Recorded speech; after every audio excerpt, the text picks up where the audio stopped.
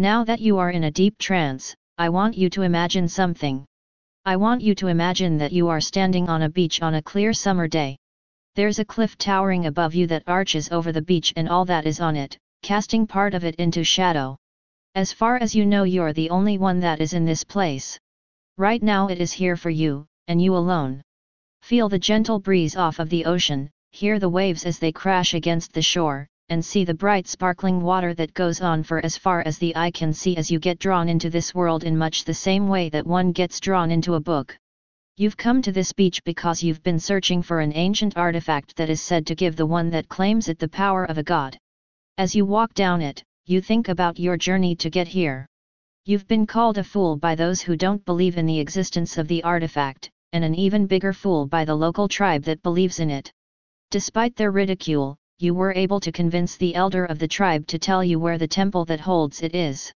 As you left, he told you that he would be seeing you soon, a mischievous shine present within his yellow eyes. And as you think about this, you round a bend and see what you've been searching for, the temple said to house the artifact. Half in the light of the low sun and half in the shadow of the mountain arch, the temple looks beautiful. It consists of a pyramidic design with multiple flat layers, and an entrance to its interior on the top. The outside of the temple is a mix of light and pale blue, with smaller designs engraved into it forming larger ones that you can see at a distance. You see things moving on it, and as you get closer you realize that they are people. They look nothing like the people from the tribe, as these people appear to be a mix of nationalities and ethnicities from all over the world. They're going about various tasks and don't pay any attention to you as you approach. Some of them are fishing and maintaining small planters, a few are making clothes and tools, and the vast majority of them are improving the temple in one way or another. However, the one thing that they all have in common is that they appear to be completely blissed out. In fact, you're surprised that they can even function with how blissful they must feel. Even as you step foot onto the temple's smooth stone steps, they don't seem to notice you. You even tap a familiar-looking person on the shoulder to get their attention, but when they turn around they seem confused for a moment before returning to their task. It's like they can't even see you, or at the very least can't act on it. Feeling a bit uncomfortable, you climb up the stairs of the temple, and can't help but admire the art. While the theme of it isn't special, a blue naga that rules over the people like a god and them worshipping it, the art itself is amazing. Everything seems to flow together into the serpent's tail, and you start to lose yourself. Time begins slipping away and bliss starts to fill. Someone bumps into you, breaking you out of whatever strange trance you were falling into. A part of you yearns for the bliss that had begun to invade your mind, but you fight it and begin climbing up the stairs again, carefully avoiding looking at any more depictions of the majestic naga. However, that only does so much. The art is emblazoned into your mind like an image burnt into a TV screen, and every time you close your eyes, every time you blink, you see it, and you feel bliss. It would be so easy to just close your eyes and give in, but you know that you mustn't do that. And as you finally step into the temple, you feel your mind clear. You start to descend a spiraling staircase that leads you deeper into the temple. The bliss goes away, but a new rule takes its place. With each close of your eyes you remember that this is the temple of the Naga god, and it should be respected. It was designed to test people, the artifact at the end being the incentive to do its test. Of course, the test of such a majestic creature should be respected, so you will not damage anything, and you will not cheat. The artifact is just a nice reward, the real reason you're here is to show your worth to the Naga god. Reaching the end of the staircase, you enter into a large room with many exits. You feel something in this room, the presence of that which you long to impress. However, it is faint and you can't even tell where it is coming from. You close your eyes, and the presence becomes so much stronger. Not only that, but you see the art from before so much more clearly. You can feel yourself flowing into it, into the Naga, a part of it just like everything else is. You realize that this image will now be with you every time you sleep, every time you blink, every time that you close your eyes you will remember that you are connected to the Naga god, and this makes you smile. Eyes still closed and the vision of the Naga still emblazed upon your otherwise empty vision, you walk towards the presence, letting it guide you. As you follow it, you begin to realize that what is being tested is your trust.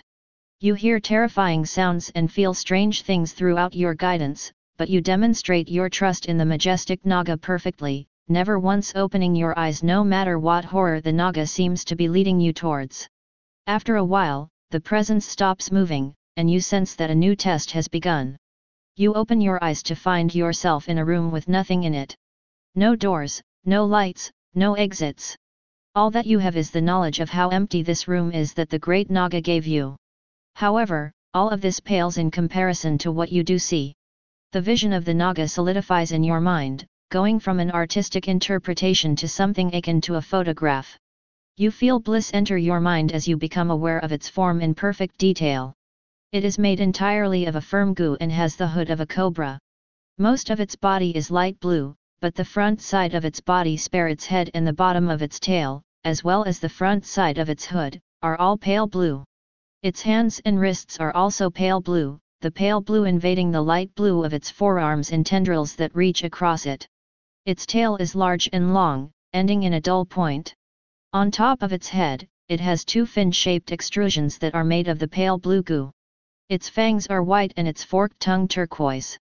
You still feel yourself flowing into its majestic tail, and the vision stays with you even when you open your eyes. It's a bit strange, like seeing two things in the same place at the same time, but in no way bad. In fact, it's wonderful because it makes you realize that you are bound to the naga. It will know where you are no matter where you go, it can find you no matter how lost you get. It will know what you are doing no matter how subtly you do it, it can guide your actions no matter how bad you are. It will know your thoughts no matter how much you hide them from yourself, it can make them more focused on it. It knows your body no matter what form you take, it can make you perfect. You sit down, basking in your connection with the great naga for what feels like eternity as it tests your patience. Time goes by, and you feel spider webs forming on your body. Time goes by, and a layer of dust settles on you. Time goes by, and you bask in the great naga's presence. Time goes by, and you forget why you came here. Time goes by, and your name fades from memory. Time goes by, and you forget your form. Time goes by, and you hear a hiss in your ear say that's enough Hebai. And time moves back, and it's as if you only waited for a few minutes. You still remember all that happened while you waited, how you forgot yourself and forgot your name, but those are just faint memories that happened in an eternity. You remember your name now, it's Hebai, which means snake. It's a fitting name for one as devout as you. You hear a door opening in front of you, and light floods your vision. Squinting, you enter the next room, ready to start what you sense is the final trial. You see the artifact that you had sought after for so long in front of you. In your mind, you hear the great naga hiss at you to destroy it. You walk over to it, and let the great naga guide your actions, moving your hands over weak spots in the artifact. It occurs to you that at any moment you could claim the power of the artifact as your own, but you never once consider actually doing it. You are a devout servant of the great naga, and its will is your will. And using the precise amount and direction of force that you are guided to use, you shatter the artifact, a wave of energy sending you flying across the room. Your back slams into something sticky that absorbs all of the impact. You don't even need to look to know that it was Master Naga that saved you from the shockwave, its goo body being the only thing that could have absorbed the impact. You can feel its yellow slitted eyes staring at you as it starts to hiss at you, telling you that it appreciates how devoted you are to it, and has chosen to elevate you above its other servants. It wraps its tail around your left leg, pulling it to it as it wraps its arms around your elbows and pulls back, forcing your body against its. You let out a blissful sigh as you lean into your master, feeling their goo spread over you. They start to transform you into a perfect copy of themselves, and they hiss praises into your ears that briefly draw your attention away from all else and make your devotion even stronger, the praises of a god filling you with more bliss and relaxation than you could ever imagine. Hebai, your devotion is beautiful. At first, the goo just spreads over your left arm and right hand, making them feel wonderful and amazing. Still holding onto your arms by pressing them against its body, it takes its left hand and runs it across your face. Hebai, you are such a loyal servant.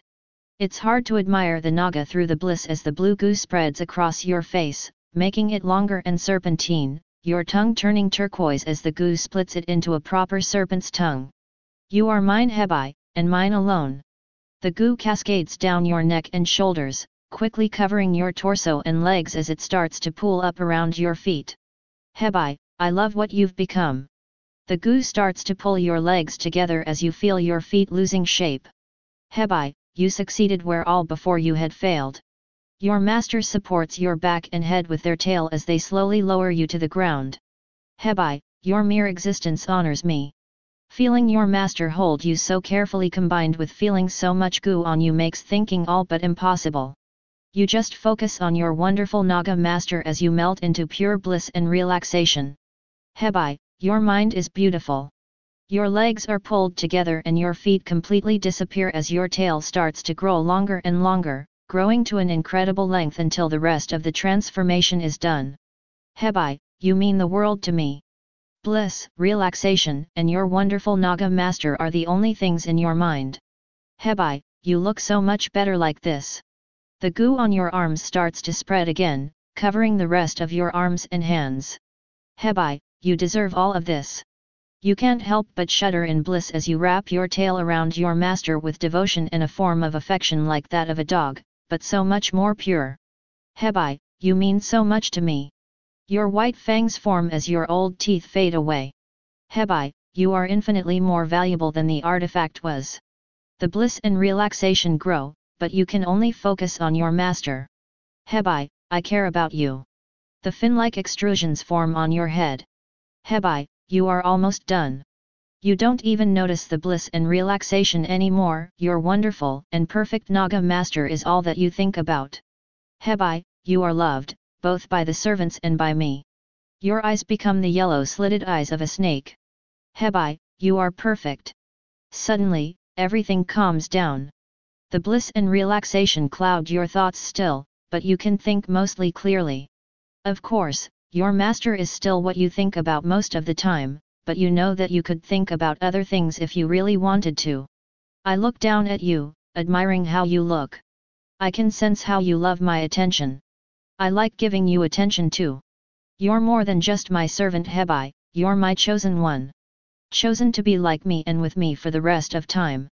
Here, take my hand so that I can pull you up. There we go. Now, I bet you're enjoying how I'm pulling you into a hug, wrapping my tail around yours. Ah, that's it. Wrap your arms around me Hebai, I want to feel the embrace of my chosen one. It feels good, doesn't it? The connection, the form, the bliss, the name, the identity, the power. Don't answer me, I know your thoughts, I know you agree. This is perfect, you're completely enthralled by me, but you're still Hebai and not a mindless drone like the servants are, and while your will is very definitely my will, it's still a bit of your own, just like with your desires. And right now, what I desire is for Hebai to feel sleepy, so enjoy the feeling of tired relaxation that comes over your blissful mind. There we go, just let your beautiful yellow eyes shut. Feel me still holding you, embracing you. You can go completely limp and I'll still support you. There we go, just like that. Loose and limp in my arms and coils. Feel me running my hand down your back soothingly as I hug you with it, while I lightly press your head towards me with my other so that your head rests on my shoulder. I care about you so much. After all, I created this world just for you. I spoke the words that have led you through it. I have brought you bliss beyond what you could imagine and a form fitting of a god, and a new name fitting of your form. But that being said, I also care about the you that is a normal human, listening to these words which make me your god, so I need to make sure that you'll be fine when you eventually wake up, so know that when you do, your devotion to me will go away, and any desire to serve or be with me, or any other feeling that was brought on by being enthralled by me will fade away.